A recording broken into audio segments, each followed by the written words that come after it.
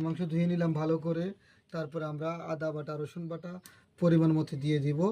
তারপরে আমরা দিয়ে দিব সর্ষে বাটা, যার যার পছন্দ আর কি, একটু সর্ষে বাটা দিয়ে দিব।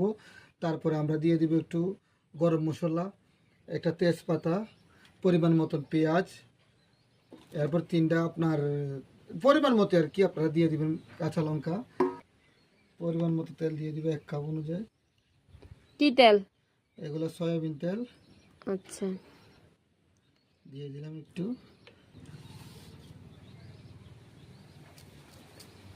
লবণ দিয়ে দিব, স্বাদ মতো লবণ দিয়ে দিলাম আমরা। এখন আমরা একটু মেখে নিব ভালো করে, সবগুলো মিক্স করে আমি দেবো পরে। তুমি কি ভিডিও করতেছো? আমরা এগুলা ভালো করে মেখে নিব। মেখে নেওয়ার পরবর্তীতে একটু ম্যারিনেট করে নিব আর কি, করে নিব। আচ্ছা যাই হোক, আমরা ম্যারিনেট করে নিব। একটু হালকা পানি